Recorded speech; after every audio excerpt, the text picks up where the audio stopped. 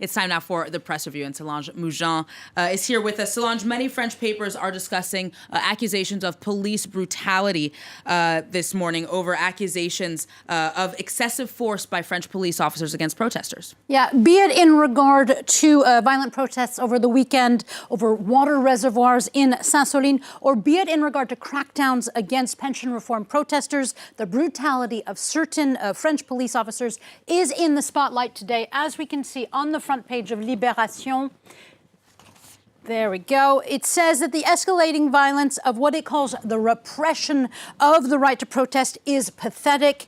It notes alarm expressed by the United Nations, the Council of Europe, and Amnesty International and Human Rights Watch. Libé says that the police squads, the squad Brave M, they're called, were acting, quote, like cowboys, terrorizing protesters. Now, for L'Humanité, also a left-leaning paper, witnesses have come forward describing, quote, a systemic, unbelievable repression, which it says is a choice. And it blames the executive for that choice. Some finger pointing there from the left-leaning paper. But in conservative papers like Le Figaro, the viewpoint is quite different.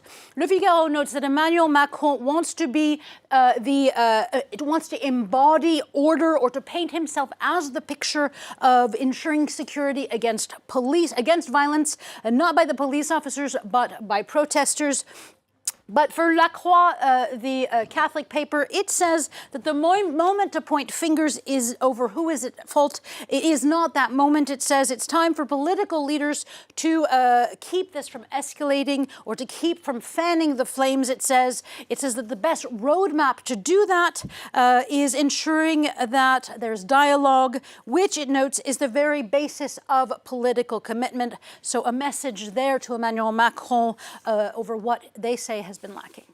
Now, the papers are also discussing, Solange, what these protests mean not only for Emmanuel Macron now, but also for French democracy in general.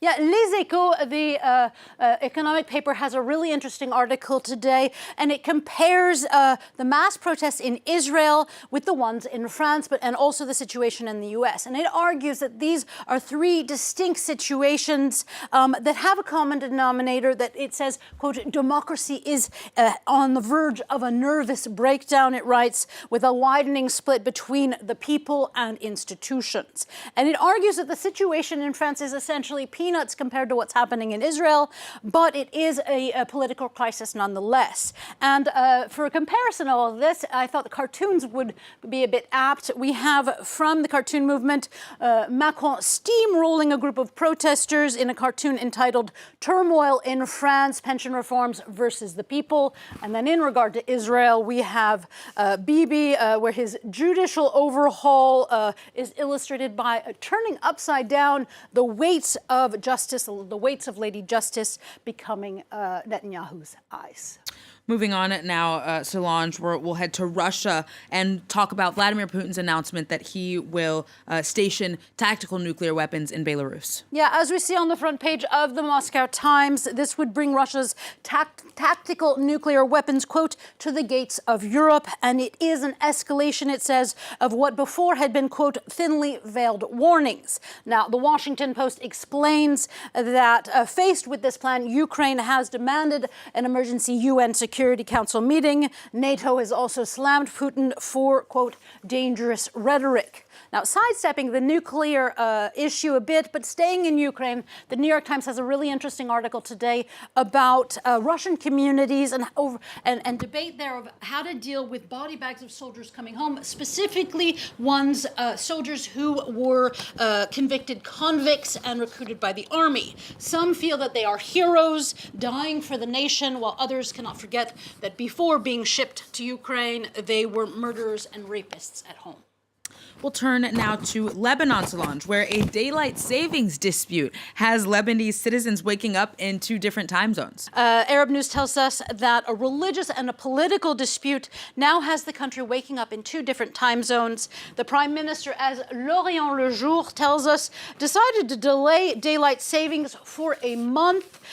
This is seen by many as a nod to Muslims celebrating Ramadan. But several political figures, businesses, and media have refused to comply with this delay, saying that it was last minute and unprepared.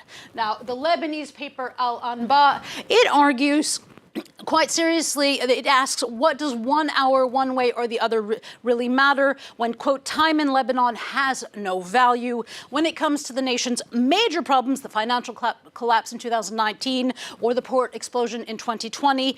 Years later, it says no one has been held accountable. It argues the country now needs to focus on dialogue and not let the spat perpetuate division and fuel conflicts.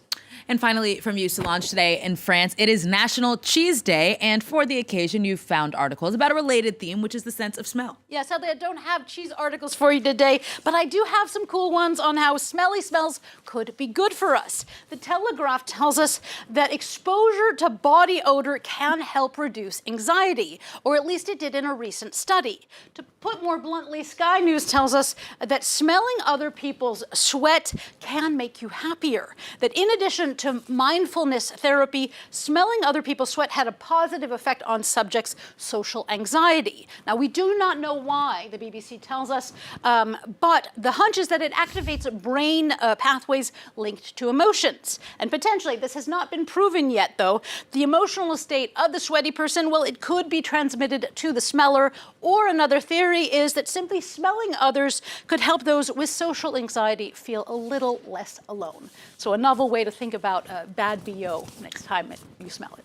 I don't want to knock on the work of expert Solange, but for me personally, smelling body odor definitely adds to my anxiety. Wait and see the details of those studies. Solange Moujon with the Press Review. Thank you.